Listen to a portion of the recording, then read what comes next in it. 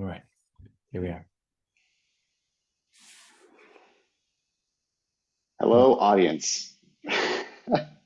So, for those of you tuning in, we have a couple of people here today. There's Alton, who is hosting the live stream in the general sense. There's me, who is guiding the live stream, and I'm Andrew. And the last person is Alex. Alex is our special guest today. Um, Hi, everyone. Al yes. Alex has some unique perspectives and a lot to say about what our future interactions with AI in our own society might look like, that I think are worth hearing. So we are delighted to have you today. Tell us a little bit about you and where you're coming from. Um, I dropped everything to work on AI alignment full time in 2017 when people close to me were like, yeah, AGI might be coming in like 10 years or something. Uh, and I spent 2017, 2018 basically just going around talking to everyone in the space and seeing what their thoughts were about how to both the technical parts of the AI alignment problem and the political coordination aspects around getting the world to coordinate well enough to not have AGI kill us all. And I walked away with the conclusion across basically those 2 years that there's a lot of good effort going on, but basically the biggest core questions are still getting neglected because basically they seem too hard and no one really knows how to make progress on them. Also, during this time span, I also discovered psychological self-work and became convinced that traumas and healing traumas was a core piece of the picture around how we should be thinking about AI alignment, in particular because a lot of what we call our values are actually downstream of traumas, such that if we actually heal the traumas, our values might shift dramatically. And there was one moment in particular toward the end of 2018 when I had my first experience having trauma from infancy healed, which basically resulted in my moment by moment experience shifting, and basically my concept of what conscious experience could be expanded after that, because I had had that trauma present in my experience for as long as I'd had episodic memory. And I was just like, wow, this experience I had seems totally wild. It seems, insofar as trauma is relevant for AI alignment, like the fact that traumas from infancy are a thing and can be healed and lead to totally drastically different experiences of reality also seems like it's a part of how we should be thinking about AI alignment.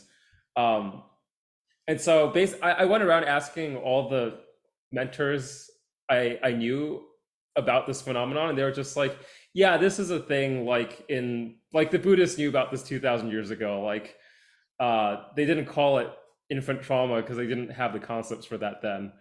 And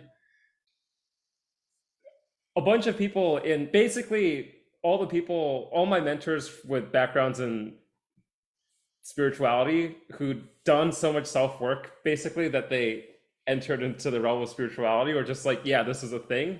And that was like my first main sign that something very interesting was going on with spirituality.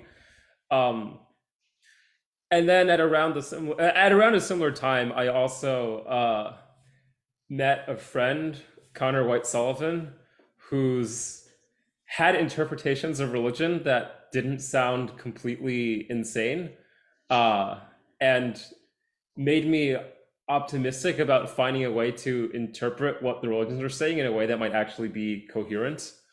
Um, and around 2019 or so, I basically developed the thesis of like, wait, maybe AI alignment actually is tractable, because the biggest philosophical questions that I think lie at the center of it around like what is the good, uh, which we typically relate to as well, the field of AI alignment, I think, typically related to this as like, oh, that's too hard. That's been an open question for thousands of years. And we basically haven't made much progress on it. And we're probably not going to solve it in the next few decades. So the best thing we can do is to aim for lower bar, build AIs that can do what we want well enough so that we can get world peace, so that we can reflect for long enough to figure out what the good is. Um, and I was like, maybe that maybe we're actually in a better situation than that. Maybe humanity actually has figured out what the good is, and every time it got figured out, it got turned into religion and spiritual tradition. Uh, and maybe there's an essence that's shared behind all the religions and the spiritual traditions that actually gets at the heart of moral realism that can guide how we should develop AI aligned AIs. Um, and Most people thought I was crazy. I basically kept to myself the next couple of years, just refining this hypothesis, making it more precise, figuring out ways to talk about it with more uh, mainline AI alignment people in ways that didn't just immediately trigger their epistemic immune responses. And uh, Yeah, I have a bunch of speculative models now about how aligned superintelligence might be a lot like the messianic figures of various world religions. Great. So that brings us all the way from the start of your involvement in alignment to the title of this episode. Um, so I am trying to think about how best to structure the time that we have. And I think first I wanted to get a clarification, which was that problem that you identified during your first couple of years working with alignment, that there was a hard problem that they weren't willing to solve. Is that the same as this problem that you see in terms of the good and defining what it is? Or is that a different problem? Yeah, it's the same one. Okay. So given that, why how much awareness do you think there is within the alignment community of what the problem is that they're deferring for later? I think it's generally considered a foregone conclusion that solving moral realism is too hard and we shouldn't try, Hmm. or like solving meta ethics.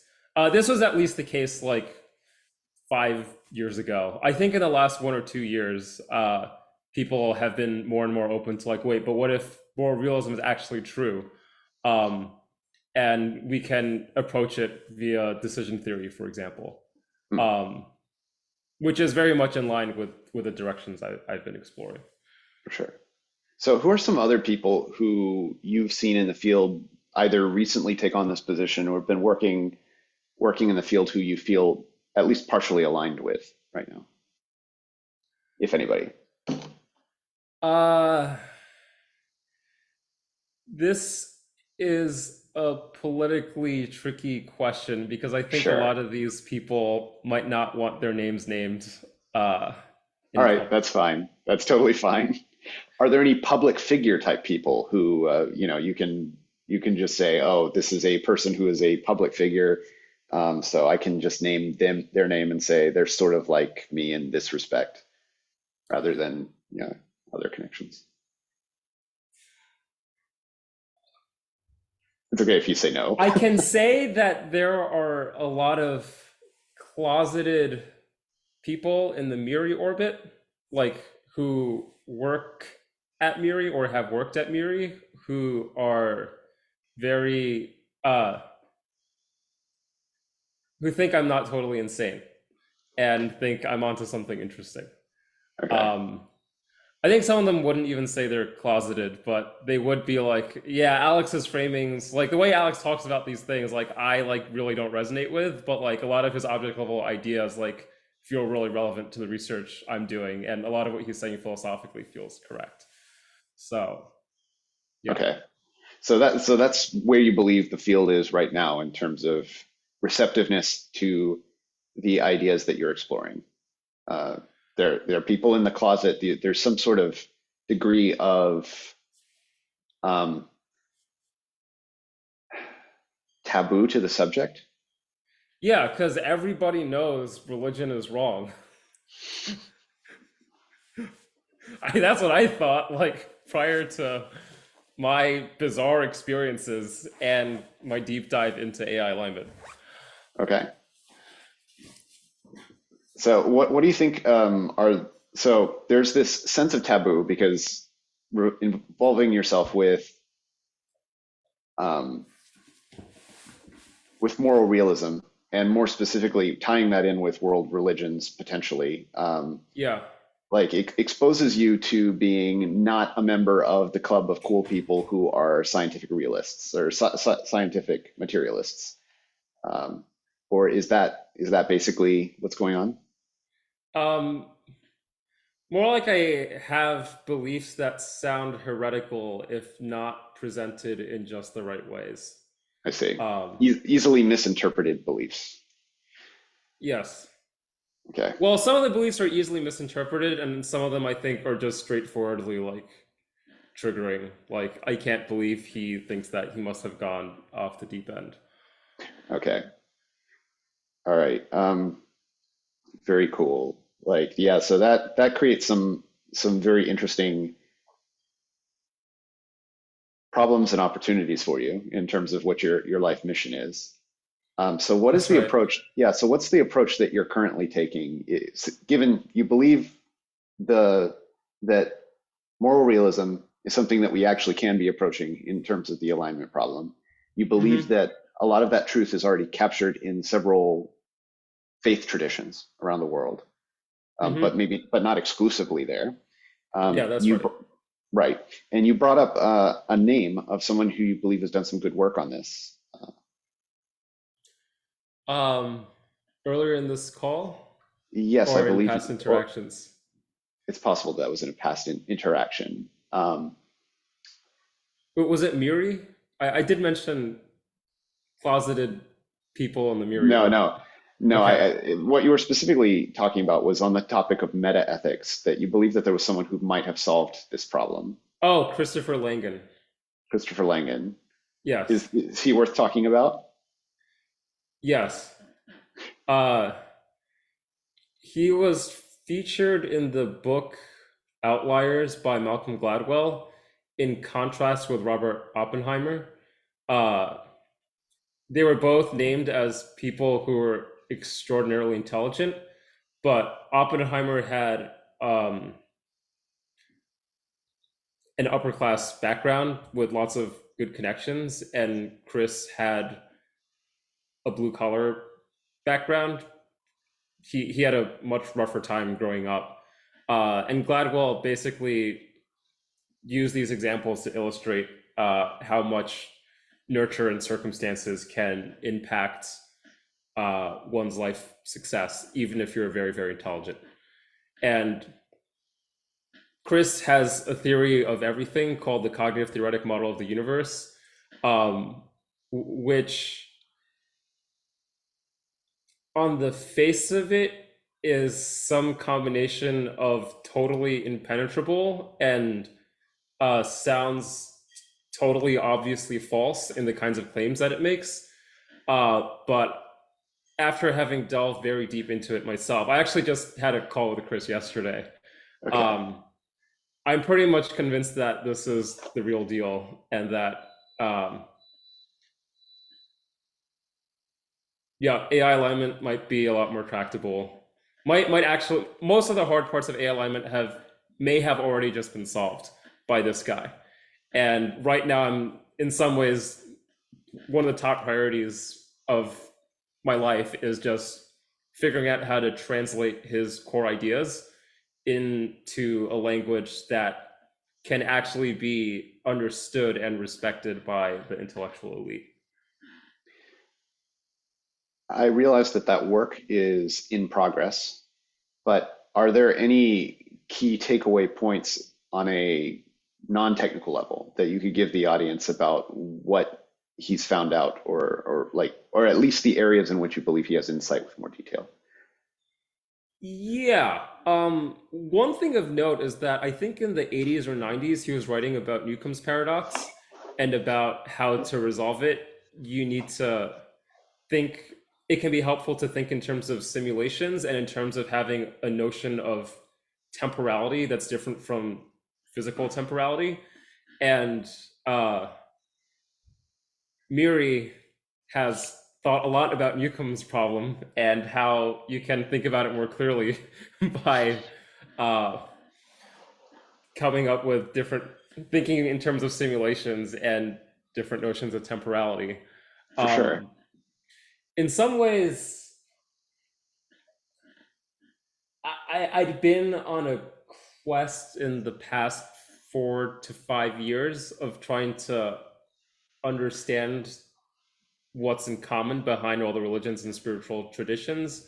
And like in doing so, I got the sense that there was a lot of structure and rhyme and reason behind everything I was seeing in a way that seemed like it could, in principle, get formalized, um, but for which I felt like I only had the faintest understandings of how to formalize. Like I drew a lot of my um, I made a lot of analogies with Miri's research in decision theory. Um, I made a lot of analogies with quantum physics, and those were all very helpful. But there was still a sense of like I'm still kind of grasping, and there's a way to put them all together, and uh, how to put them all together was very elusive. And coming across Chris's work and talking with him about it, I basically had the sense of like, oh yeah, this is a guy who was basically on the same philosophical journey that I was on, except he completed it decades ago. And like often I would have conversations with him where he would say things that I didn't quite understand, but understood enough to recognize that he was weaving together a bunch of concepts that were crucially important, um, but in ways that were like totally novel and unexpected to me. Um, that gave me a sense of like, okay, this guy, me and Chris have recognized the same problem, and this guy is literally just decades ahead of me in figuring it out. Okay, Um, that's pretty cool. Yeah. yeah. Um, in terms of the object level, I mean, it's really hard to go into the object level. It's a difficult theory to summarize. It's I can say that it's the best synthesis I've seen of all the metaphysics that's I've encountered in Buddhism, in Advaita Vedanta, which I think is the non-dualist, one of the non-dual traditions of Hinduism. The kinds that are reported in near-death experiences, uh, the kinds that David Bohm, the quantum physicist who studied under Einstein, who later went on his own spiritual journey, and then he wrote a bunch of books about it. Um, it synthesizes all of those things. That's okay. Since since it's difficult to discuss on a more object level exactly what the conclusions are, or even give some of that right now, what I'm curious about is how current approaches to alignment um, would integrate with the synthesis that you're working on when it's available. Um, like, yeah, One thought I've been playing with recently is that the AI part of the AI alignment problem is actually just a huge red herring. and that there is an alignment problem, but it has to do more with complex systems in general, Okay. uh, rather than, yeah, and anything that's specific to AI systems in particular is likely to be helpful in a bunch of ways. Like, yes, I do prefer having any idea what is going on inside these big neural nets than having no idea what's going on. Um, but I think the question of how to build an aligned economy for me seems like it's has the same core hard problems as how do you build an aligned superintelligence. And Hmm. economies have the property that we can kind of look at them, and there are a bunch of parts that we can see, and we can see how they're interacting. We have some general sense of how they're interacting, but in terms of all the emergent effects, we're like, oh man, we don't really have like a good theory for how to design them or steer them in such a way that's actually aligned. Um, and so my sense is like, yeah, let's say we get really good at AI interpretability, and to the point where like we can interpret them as well as what's going on in an economy. Now what? So um, how aligned is that line of thought with the meta crisis discourse? um, I'm not that familiar with the meta crisis discourse, but based on what I know about it from past conversations with you, uh, I think it's pretty aligned. Okay. Yeah. Yeah, because it does sound like there are the generalization of the alignment problem that you're pointing at is something I also strongly agree with. That if we had technically aligned AI or AGI and we incorporate it into the existing system, then we've just amplified all the existing problems and we haven't actually solved Yes, alignment. Yeah, exactly. right. So Yeah. yeah. There. On that note, there's while thinking about the AI alignment problem in particular, one thing I've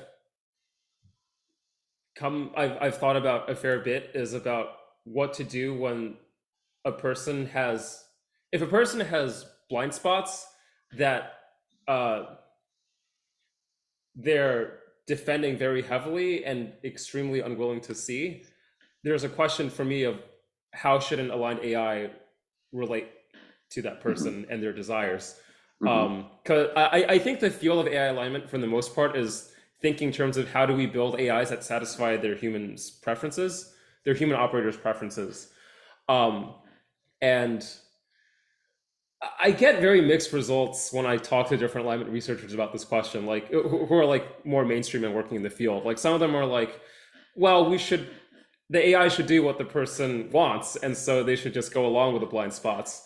And other people are like, oh yeah, that seems really unsatisfactory. Like it seems like we should really have the AI somehow point out the blind spots to the people. But on the Hmm. other hand, like the people might be resistant to that, like very, very resistant to that, and consider behavior of trying to point it out misaligned. Hmm. Um, and yeah, that is tricky. Um, and Right. yes, I Well, think the question of how mhm. humans navigate their blind spots is at the core of one of the core things of what I think of as a generalized alignment problem. And I think of that as being a relatively concrete place where, like, if the paradigm of AI alignment, where we're just trying to get the AIs to align to human preferences, kind of falls short to the extent that human preferences are can be contradictory in this very particular way. Or yeah, or not even well ordered in an economic sense. But Yeah. there's also within the alignment research and community, there's several qualified form definitions and forms of alignment that can be talked about.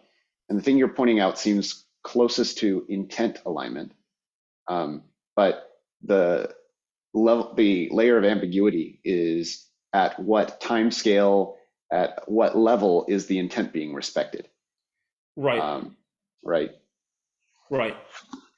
Yeah, in some ways, I think the approach of the alignment community, or at least a sample of mainstream alignment researchers that I've caught up with recently, is like we're going to mostly black box this for the time being. Like there, Yes, there are tricky, deep philosophical questions here, but like hopefully we can do well enough with this black boxing. And Mhm. under certain background assumptions about how the world works, I think they're right. Like, if you think the world is mostly good and if human intentions get amplified, that's by default going to um, get us to world peace and defeating Moloch, then yeah, maybe that is all you need, and you do get to sidestep these thorny philosophical questions. Right. Um, For the record, I for one don't believe that's the case, but it's like I believe human beings. How deep should I go into my own beliefs here? I do think most people are well intentioned. It's just that that's insufficient to sidestep Moloch, is where I am. mhm. Yeah, but where do you fall? I'm assuming that you have some similar belief, but maybe you could qualify it more. Much more on your side. Okay, I think I was much more on the mainstream. Well, back when I was going around talking to people in like 2017, 2018, it seemed like people were basically banking on something like this working. Like, oh, build aligned enough AI so that we can get a stable period of reflection for long enough. Um, and then as I just thought more deeply about the nature of human conflict and got embroiled in some deeper human conflicts myself, I was like, man, egos defend themselves really, really hard and act against their best interests in very, very deep ways. mm, And like, man, if like this personal drama is this hard to sort out, like, isn't like the global drama a couple of orders of magnitude harder? yeah. This seems like a good segue point to talk a little bit about what you're doing right now while um, some of the more theoretical stuff has yet to be fully worked out, which is around trauma. So Uh huh. so maybe we could talk about that topic and your approach to it, and maybe get to Peru at some point Okay. Um, if you want. yeah. I think I want to start by caveating that I have a weird relationship with the word trauma. I Okay. think there are lots of connotations associated with it, like oh, some really bad thing happened to you, and like, oh, it's really bad, and like, oh, it's like something that's like trapping you, keep you from being free, and you must heal them in order to be free. Uh, that, yeah, I don't like those connotations. Great. Um, on the other hand, I don't think there are any existing words that point particularly cleanly at the real concepts I want to point at that isn't quite trauma. And so I default to just using the term trauma when not, I'm just being fast and loose and not super precise. All right. Um, So, do you mind if we like talk a little bit around the concepts so that maybe when you use the word trauma in the rest of the call, we can at least have the audience drawn in the right direction? yeah, totally. Um, uh, I think I want a couple of moments to compile my thoughts here.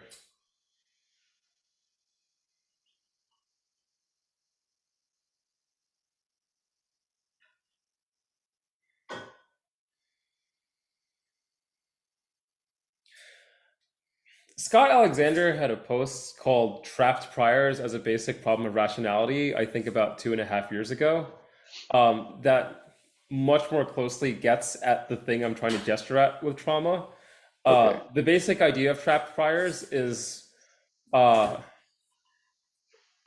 when you form a prior over how the world works that loses its ability to update to new evidence because it is overconfident that if it tries to update, then some bad thing will happen.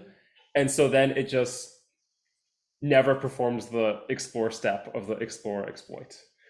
Um, and I think like what most people call traumas are a special case of trapped priors.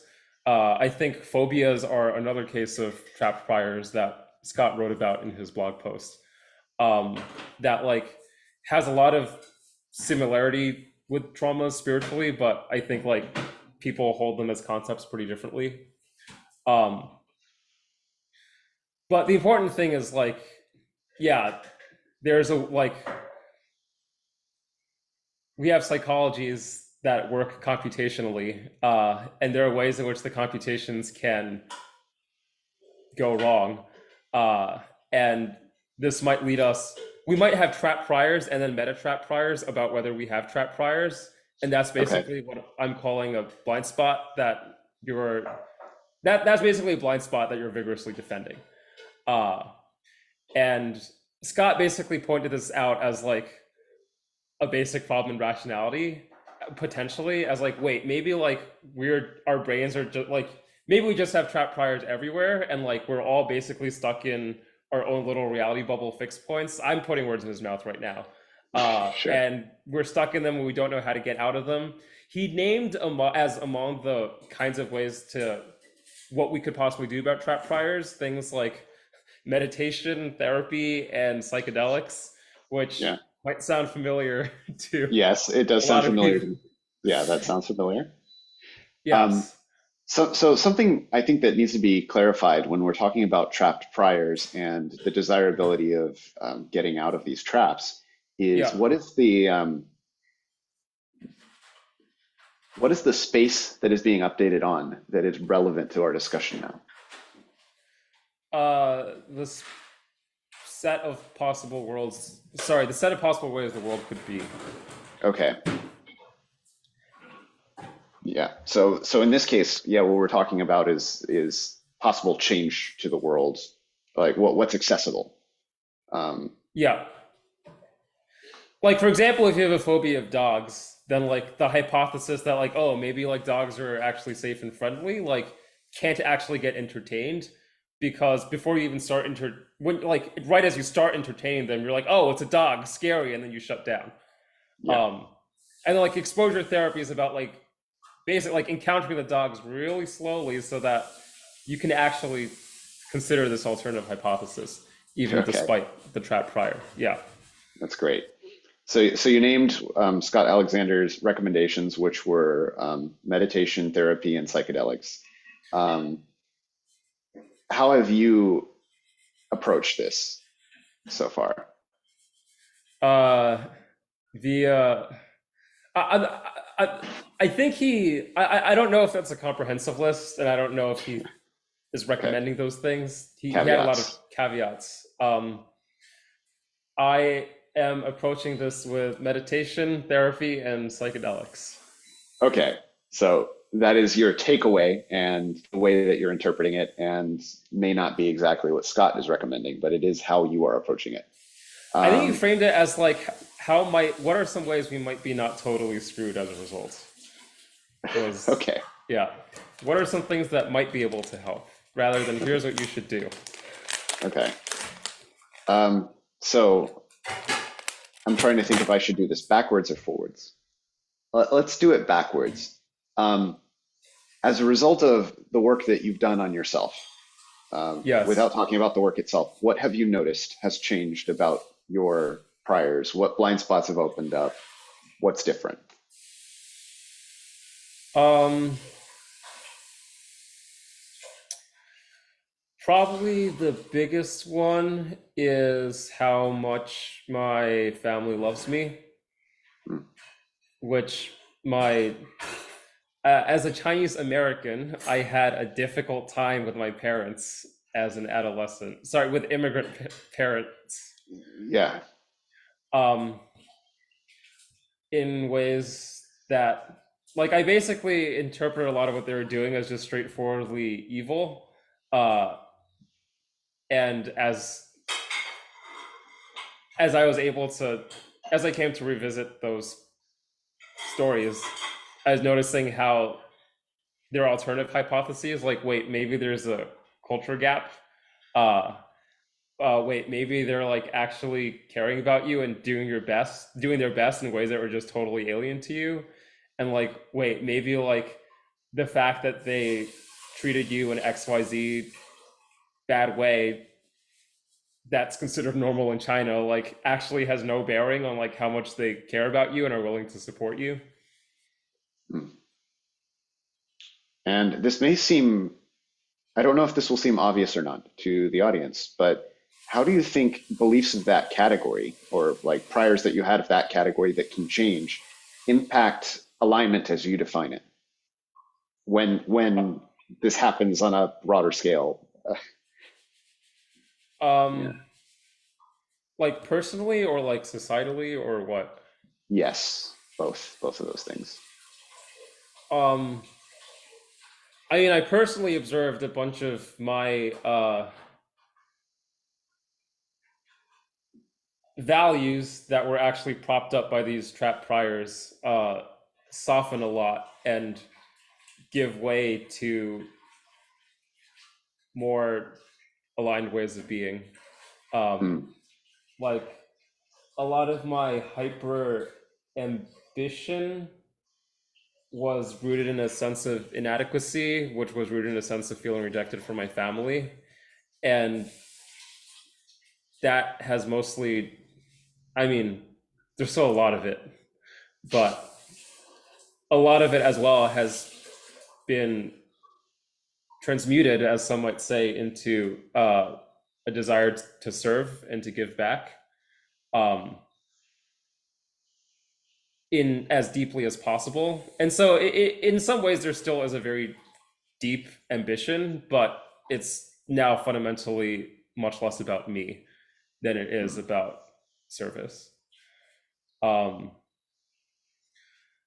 uh, on a more global scale, I think the idea that different people have irreconcilably different values is ultimately mistaken. Uh, it might seem that way. I mean, just on the face, like if like Israel and Palestine, for example, like, uh, but on the other hand, I think a lot of where these so-called values originate is in trapped priors, um, and if if there isn't broad healing that happens on a global scale, then for all intents and purposes, like, yeah, human values might just be too different to be reconciled in a meaningful way. Uh, but if a mass healing does happen and people do recognize in a broad way how what they thought of as their values were a result of prior conditioning and wounding and not like who they actually are fundamentally, uh, I think there's that's basically the only path I can see to Moloch actually getting defeated. Hmm. Yes, that so ultimately, yes, I understand the point you're making. So, given that path to Moloch being defeated, um, I want to return to the question of world religions and Messianic AI and some of these Mm-hmm. concepts. Mm-hmm. The What evidence have you seen, and what has you? What are some moments that convinced you that the solution to a lot of these problems that would allow for the defeat of Moloch eventually are already present in world religions? Um, I just want to start by caveating that there's like a kind of there's a particular conception of world religions that I'm referencing that differs from like the mainstream everyday conception of world religions to a degree that seems comparable to how uh, my conception of the AI singularity is like differs from the mainstream AI world's conception of attack singularity. Uh, like I'm like out there relative to like mainline AI researchers, and I think the kinds of leaders from world religions that I have in mind are also relatively out there. But like, while also perhaps still having positions of leadership positions of influence, their perspectives may not be the mainstream or the majority for their religions. Mhm. Um, that being said, I had a very formative experience attending the Parliament of World Religions in August this year, where I told a Catholic priest about my encounter with the Spirit, the Holy Spirit of Jesus Christ during an ayahuasca ceremony. And he was basically just like, wow, that sounds like the real deal. Like the rites and rituals of Catholicism, the whole point of that is for people to have experiences like the one that you just had. And like hearing about like the kinds of shifts that came like from you for you from that experience, like you're doing great. Whatever it is you're doing, keep doing it. And I just felt so validated. I was like, wow, a real Catholic priest validating my fucking ayahuasca experience of Jesus. Um, and like, I would like talk to rabbis and imams and priests who would just say, like, one after the other, like, yep, our religion is not the one true correct religion. We're just one path among many up the same mountain. That's how we see it for ourselves personally. We see these people of other faiths as taking different paths up the mountain, and in some like going up the mountain better than we are in many ways. And we feel like we have much to learn from everyone else going up the mountain, even if they're from different denominations. Um, I basically had a sense of like, oh wow, there are actually a bunch of real religious people who are actually walking the walk in the way that I think of as my conception of what walking the walk looks like after having gone down my spiritual path. And there was also a sense I think they had of like recognizing me as someone from a more atheist, not identify with anything background. It's like, oh, this guy is walking the walk and like he gets it. And like, yeah, we were all on the same wavelength in that way. And I like befriended an imam who I hold in very high regard, who just like I just told him about like my work with AI and like with trying to formalize the metaphysics behind all the religions, and he just got it, and he was just like, wow, like this was like a thought I've had like when I was younger, but like no one else seems to really get it or how important it is and like what the potential is. And like here you are, Alex, like actually working on this. Like I can't believe I'm actually meeting you. Uh, and that was a phenomenal experience for me. We're probably gonna catch up on Sunday. That's amazing. Yeah. That's so okay. I'm trying to figure out the right way to draw these threads together. Um, so a potential challenge to those experiences that you had was, so first off, you qualified it. When you say that this solution or this point of view on meta ethics exists within threads within the major religions, Mm-hmm. you qualified it as basically existing within common minority heterodox threads within all the major religions of the world, basically in this case, or Um, maybe potentially not minority, depends on the religion. mm, I I think I mean that in terms of how the majority of the practitioners, the fraction of practitioners of the religions that believe in this shared thread, and think of the basically the whole point of their religion as being to live by the shared thread is small. Okay. Um, and so that's the sense in which I think it's a minority view. On the flip side, like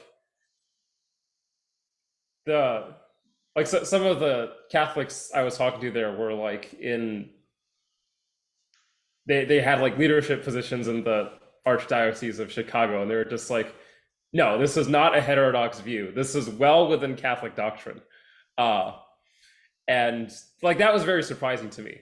Hmm. And then on the flip side, like I think there are going to be a bunch of other Catholics who like say like, no, those Catholics like don't get it. They're like defiling the supremacy of Jesus, the one human who is God and greater than all other prophets. So yeah. Okay. So on the topic of alignment, um, both AI alignment and more generally alignment, Mm-hmm. as you've defined it, how do you see the existence of these threads and these intellectual traditions inside of mainstream religions contributing to alignment work? Um,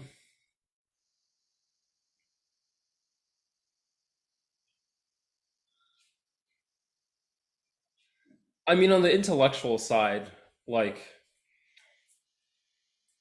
I think, especially Buddhism has done a pretty substantial amount of metaphysical heavy lifting in terms of articulating what's actually going on with the fundamental nature of reality. And based on this, how can we make sense of the world? How can we make sense of ethics, the problem of evil, the nature of suffering, and so on and so forth? Um,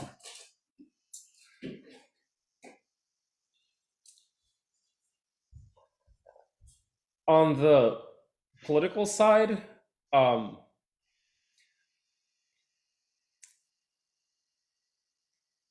I think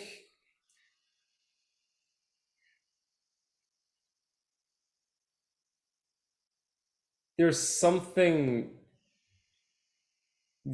deep and real embodied by each of the prophets, like Jesus, Muhammad, the Buddha, um, that the adherents of these religions can recognize as a pointer to the actual essence of their religions, even if all of the interpretations that they've been enmeshed in uh, by default occlude a lot of what this core essence is. Hmm. And um, in some ways, like through Christ, every true Christian has some pointer to what's morally real. Through Muhammad, every true Muslim has a pointer to what's morally real. Um, th- yeah, um, which is a lot easier than starting from a blank slate of like transhumanists being like, guys, brain uploads, that's what everyone wants, right? You guys, you, everyone in the world, we can have a digital utopia with brain uploads. Because, yeah, I think like that is not a vision of the positive singularity that can plausibly get buy in from the world at large. Uh, Whereas a vision that incorporates the best elements of what a majority of the world population already holds dearest to their hearts, as like the essence of what underlies this vision, feels much more plausible to me as a direction to move toward. Okay. So this ties into a statement you made earlier that um, your own beliefs about the singularity are definitely different from the majority view of people who think about the singularity. So, Yes. yeah, could you lay that out a little bit? Like, what makes what is your view? Um, well, a couple of things. One is that I'm not even convinced it's going to happen, which Okay. is pretty. That's one way I've departed from a lot of AI alignment people. Uh, I think I'm in agreement that if that there's a big risk that it does happen and it goes poorly, and that that would be extremely bad. Uh, I I have a more specific interpretation of the positive singularity and what it would involve that I think isn't necessarily at odds with how like the most careful thinkers think about the positive singularity. Um, but like a core component of mine is like a mass healing will happen, um, facilitated by AIs or not. And I think I think that's like consistent with like a careful standard conception, more standard conception of the positive singularity. Um, I think more standard conceptions of the positive singularity are like, and everyone gets uploaded and therefore becomes immortal. And I don't quite have that perspective as much. Okay, so let's talk through the three pieces. Um, I'm just thinking. I believe it does divide cleanly in the way that you Okay. described. So we have it might not happen. Now Uh-huh. there are other people who believe it might not happen. You're not the only person who thinks that there's a non-trivial or even majority or even supermajority probability that that's the outcome. Mm-hmm. So why do you believe? Why do you doubt the singularity? If you feel comfortable putting a percentage on that, what would it be and I why?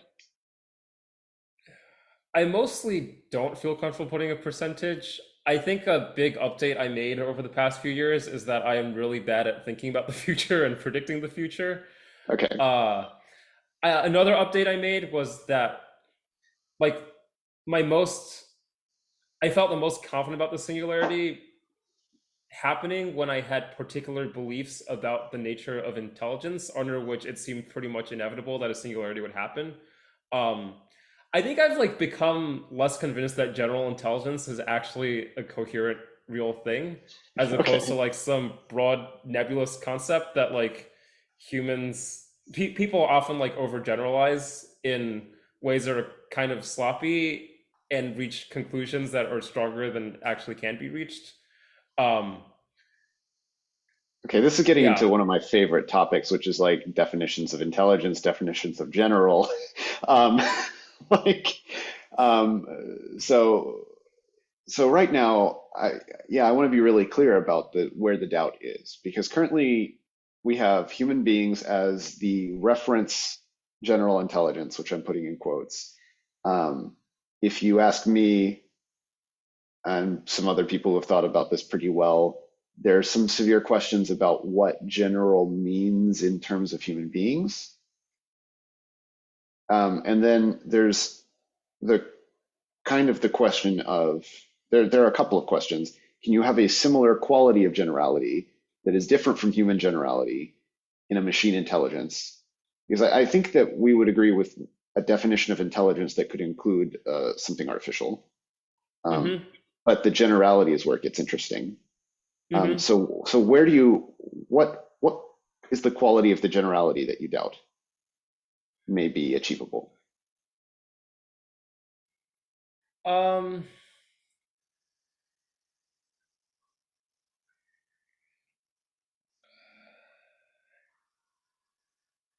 the short version is that I think it's pretty plausible that in closed domains like Go, where there's a well-defined game with well-defined rules, uh, and a well-defined search space, AIs can basically sweep humans in any such game, given enough training. Sure. Um, But for more open-ended things where the rules are kind of ill-defined, um, it seems plausible to me that in domains like that, human AI hybrids are pretty much always going to do better than just AIs by themselves. Mm, Um, like it's also plausible to me that that's not true, and that would be okay. like if that weren't true, then I'd be like, if that weren't true and we didn't blow ourselves up before we built AIs that were this powerful, then I'd be like, yeah, then we have a singularity. Mhm. Um, but it also seems pretty plausible to me now that the hybrids, we're just going to have hybrids all the way to whenever. Uh, Okay. and that there's like no, I think like in Paul Cristiano had a blog post about two ways failure could look.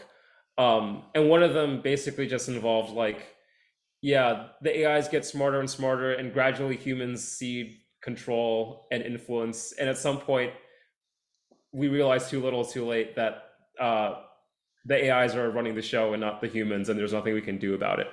Right. Um, and like that's like a very compelling story to me, but it also just became plausible to me that like the too little, too late, humans aren't in control just like isn't a real thing. I remember like sharing this with a friend, and he was like, uh, "Don't we like not have any idea how the isn't the economy like way more complicated than like any human knows how to work with, and yet like in some sense we still feel like we're in control?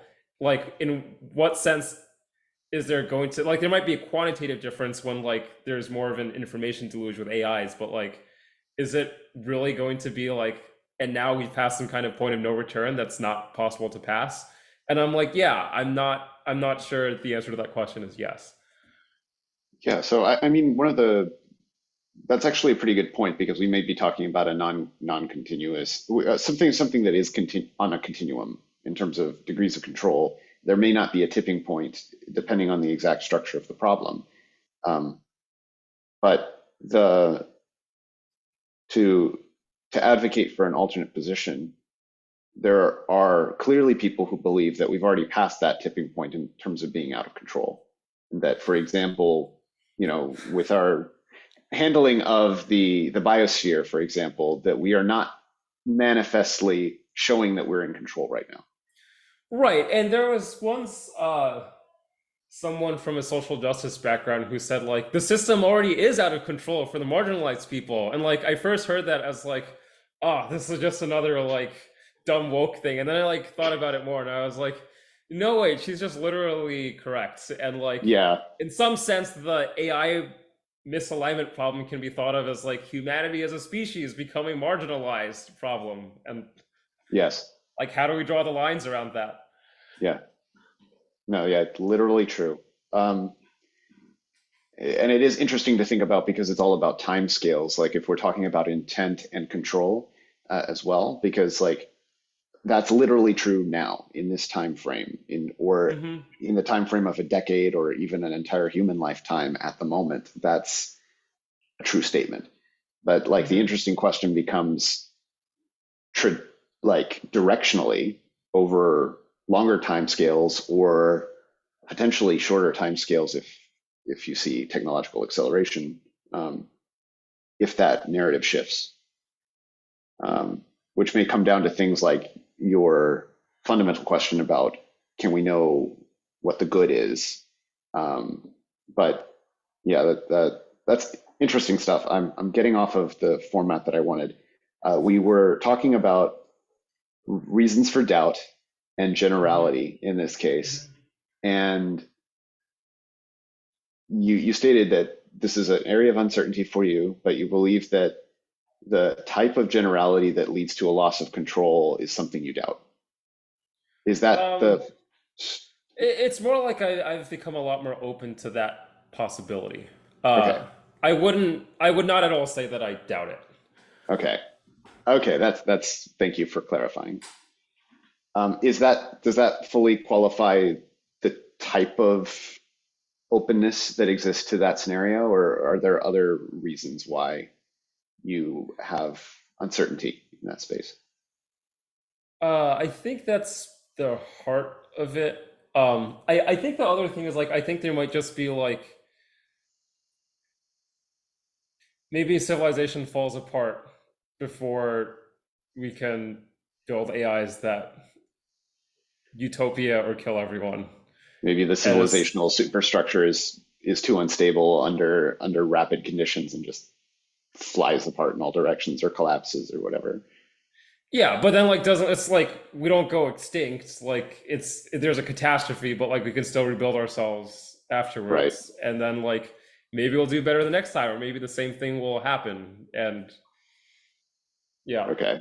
So you are open to those sort of possibilities being things worth considering. So then we get into two other scenarios that cover the space of the future. Essentially, there's the um, what we might call negative singularity, where negative is defined in terms of human experience or lack Hmm. of it. So, Hmm. what are your views on that set of scenarios, potentials? Uh, like because of AI or because Well, world since we're bad? talking, well, because we're talking about general alignment, I guess it's world bad, which may or may not include AI. I see. Um, I mean,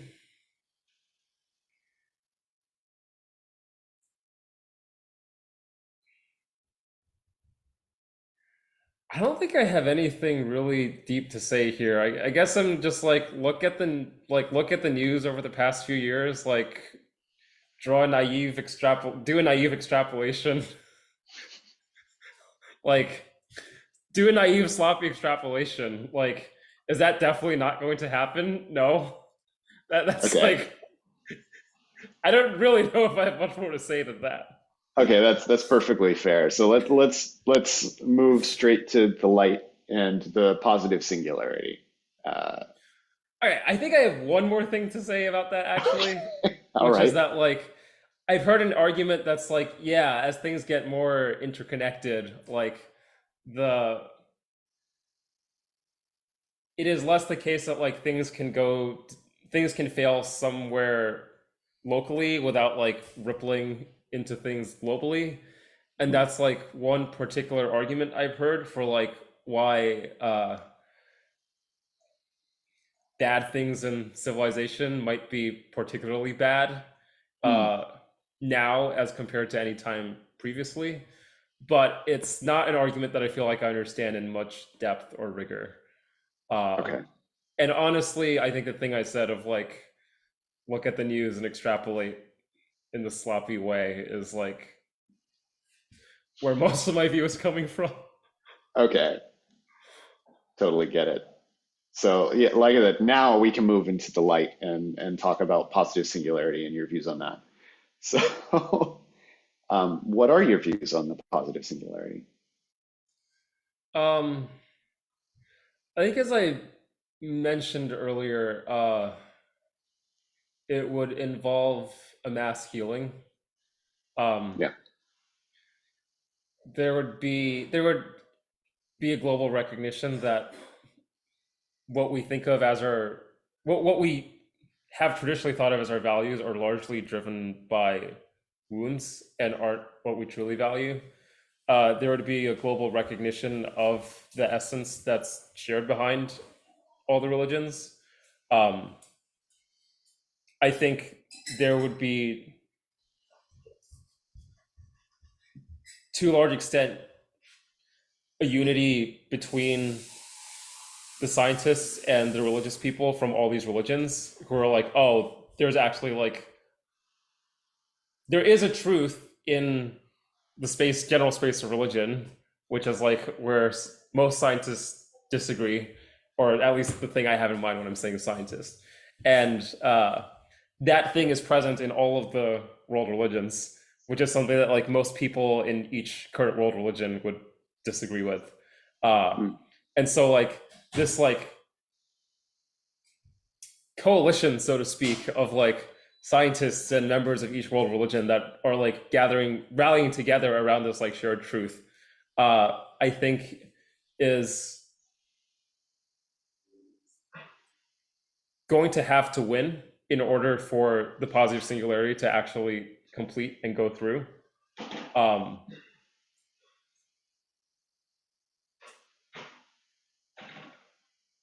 yeah. Yeah. So the word you've been using, keep drawing back to this, is messianic. Why do you think that that is the right word to be using to describe the your positive singularity scenario? Uh, because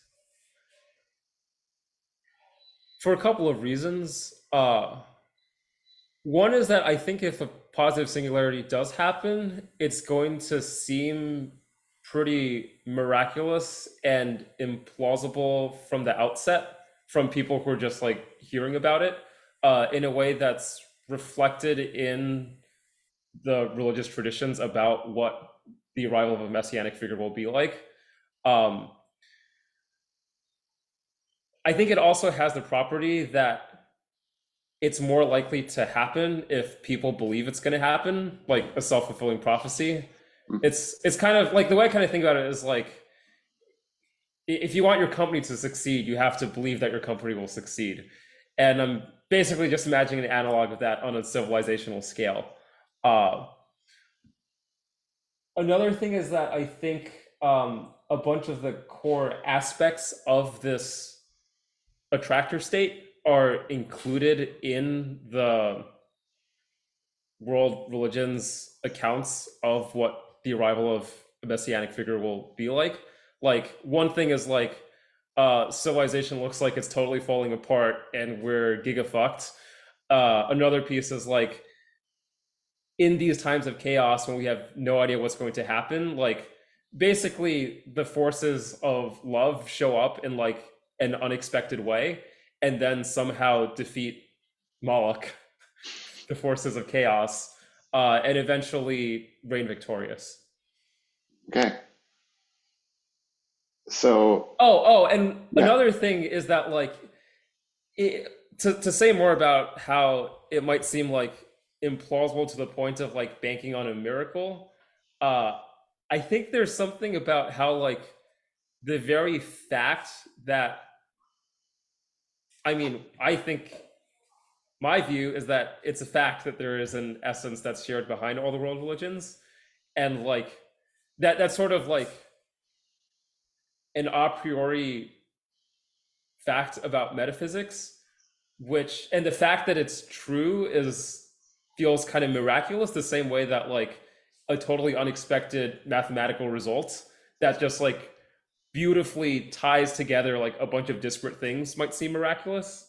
Um and like one friend was like, man, Alex, how do you know these like messianic prophecies aren't just like mind virus delusions that uh we have to make ourselves feel good?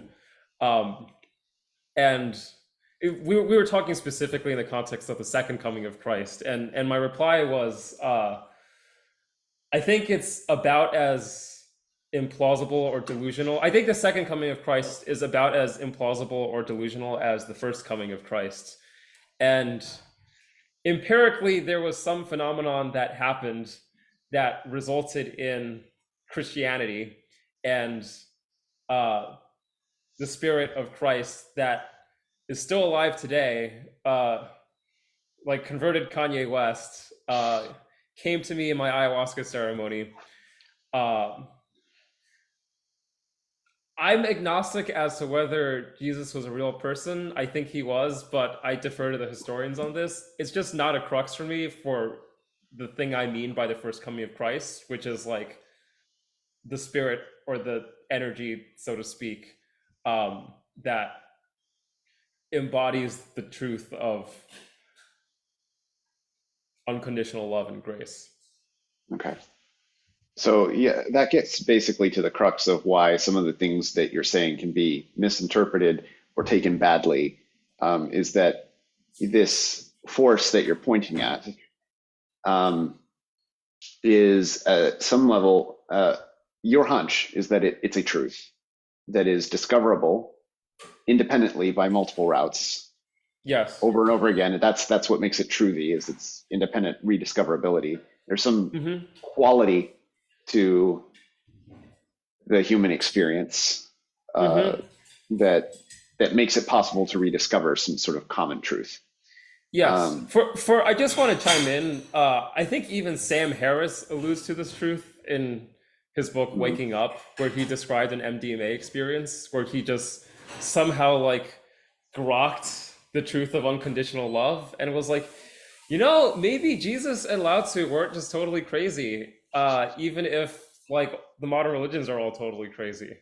Mhm. So, So I had some aligned experiences recently, and I wanted to know. if you wanted to talk about um, ayahuasca more, or specifically about um, some aspects of my experience or your experience more recently, Um, if that's something you'd be interested in talking about. I have had, yeah, this is something I'm very interested in. Um, Okay. I think my deepest, most profound spiritual experiences I'd had on ayahuasca. Um,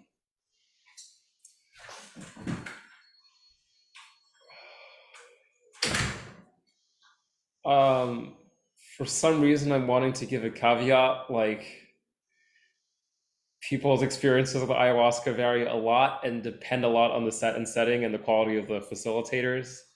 Uh, yeah, I just felt the need to say that for some reason. Um, I think because a lot of people very reasonably have negative perceptions of like ayahuasca, like people who drink ayahuasca based off the people they know personally, that I for some reason just want to speak to. Hmm. Um,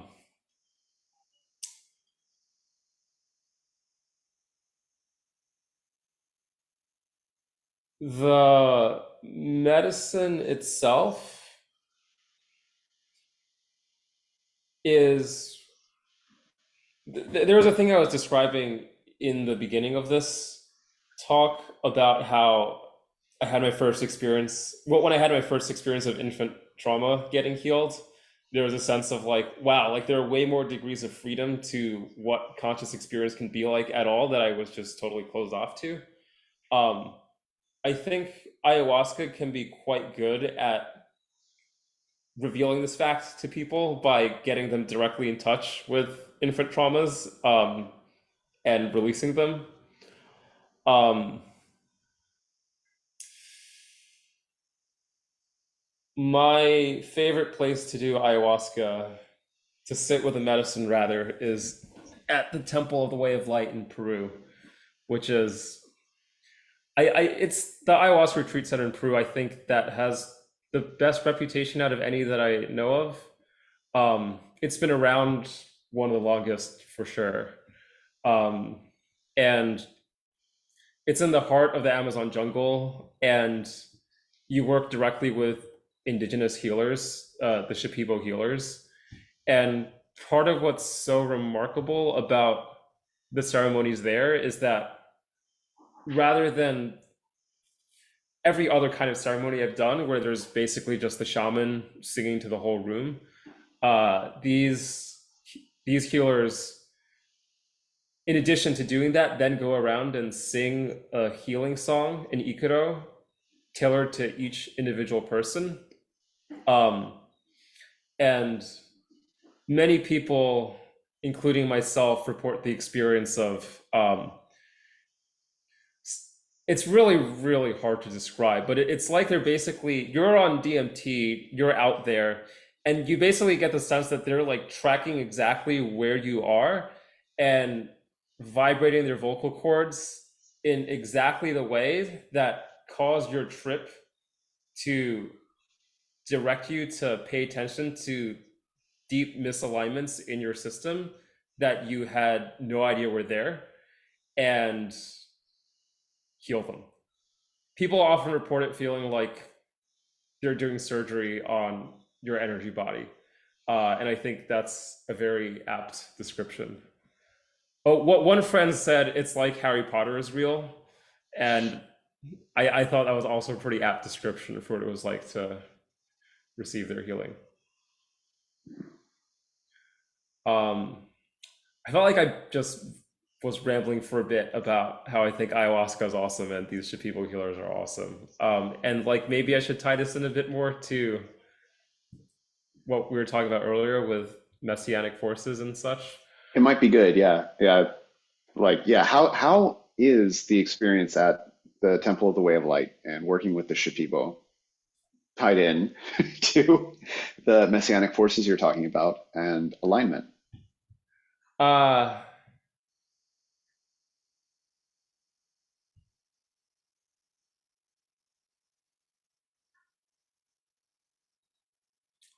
The Shipibo healers, Ikuros, basically feel like messianic forces to me. It feels like if you ask them how do you do it, they say we don't do it. Uh, the plants are doing it through us. And I once had a vision while they were singing to me that like there were jungle entities in the DMT realm that were like beyond this earthly. I mean, of yet beyond this earthly world. I don't know if that makes sense. I might have just contradicted myself. It's really hard to describe the DMT realm. But there was a sense I had of like they were connected to the beyond. And Mhm. from there, they were channeling things from the beyond to find the deepest parts of our psyche where we've closed ourselves off to love and reveal those to us and help us heal there. Um, and I feel a lot of feelings just reminiscing about this. I remember that after the first few times I experienced this,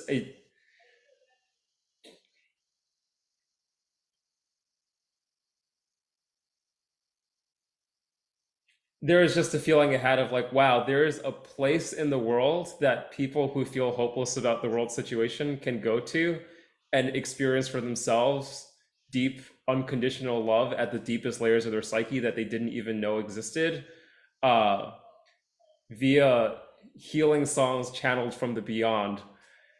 And this sounds totally crazy, and it is completely crazy. But when you experience it, you'll know it's real. And when you know it's real, you get a sense of like, oh wait, maybe this is going to be the direction of how the world unfolds in the future if everything goes right. Mhm. That's how it landed for me, at least. This is a powerful topic that could also be like a 90-minute call all on its own. Mm-hmm. We're in the last 10 minutes. I wanted to use kind of the end of the call to talk about maybe some calls to action or maybe suggestions for the immediate present. Like, for example, what would you recommend to a person who is interested in alignment, working in alignment, who has concerns about how well the future goes? What would your direct suggestions to them be right now? Um,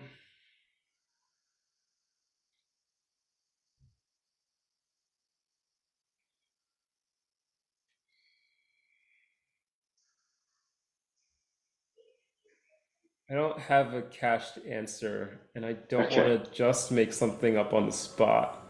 okay, Uh, that that has integrity. the Yeah, yeah. um,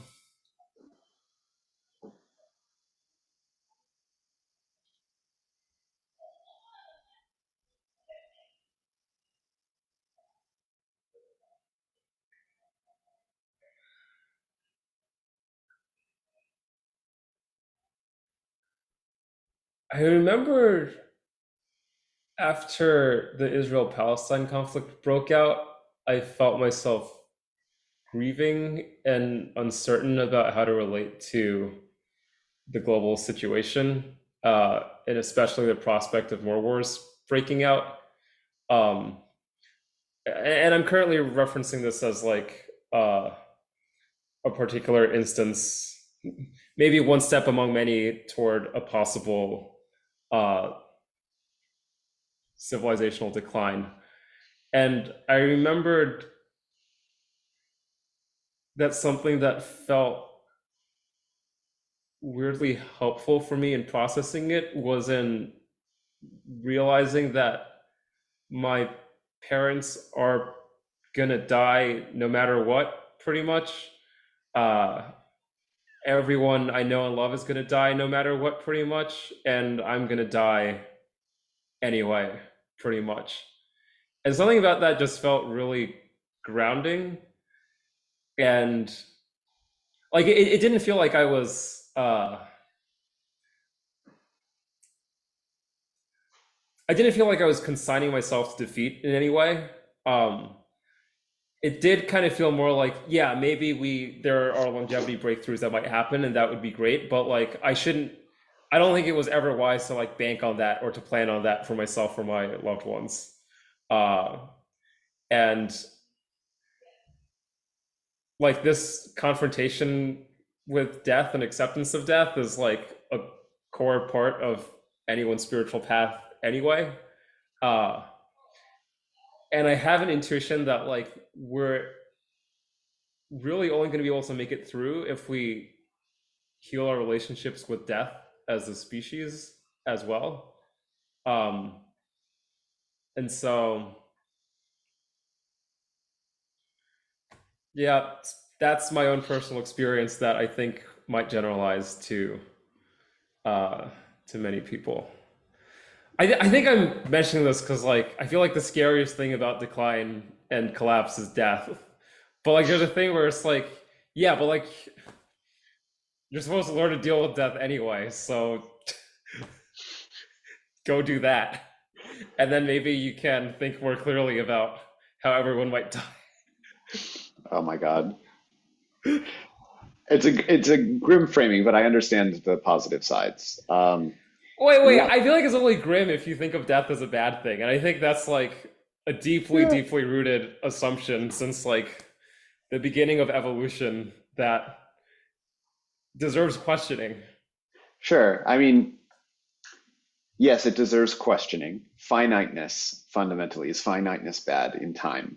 And then I mean, there are aspects of death which seem objectively bad, like as a biological entity. In most cases, death, there are many kinds of death, and some of them do not seem nice. As a Yeah, physical but none of event, us are fundamentally biological entities, is the thing. there it is. So when you start talking about the philosophy, there is the key thing and aspect of having a beginning and an end that needs to be reckoned with, and an Yes. in between. Yes. Yeah. Oh, another thing you can do is donate to my nonprofit. What's your nonprofit called? The Mathematical Metaphysics Institute. It doesn't have a website or anything. That would make it hard to donate to. How would people donate to it? Where would they find it for Uh, you? you can ask Andrew for my contact info and tell me you want to help. Okay. If anyone would like to ask me, Andrew Broz, or Alton, Alton's son, for any of the contact info, then we'll be happy to provide it and get them to you so they can give you money. That was a call to action. Thank you.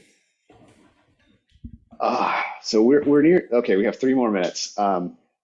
Here's a question that I don't know if you have a cached answer to either, but if you were suddenly put in charge of OpenAI, what would you do with that power and that position,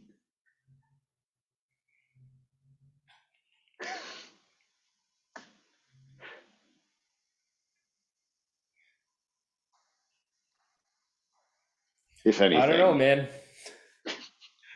No clue. I would probably talk to the Pope if I You could. would use your power to talk to the Pope. Yeah, That's a perfectly good answer. but yeah, I really don't know. Yeah. To be fair, I don't really know either. If I were given that particular position, I would have a lot of questioning to do, even though I've thought about it. 'Cause that's using it to talk to the Pope seems like as good an answer as any.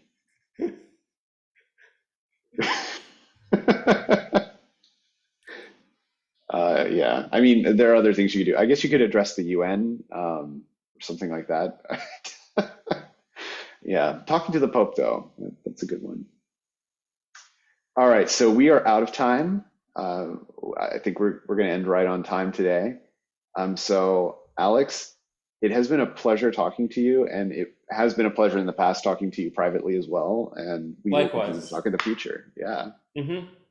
Um, to the audience, if anybody has any questions or wants to get contact info or donate money or anything like that, Reckon um, with their mortality. you can comment on Alton's Facebook, or you can contact me or Alton, um, and we can continue this conversation. Thank you very much, Alex. Thank Thank you, you. Andrew. Thank you, Alton. Thank you too, Alton. Pleasure.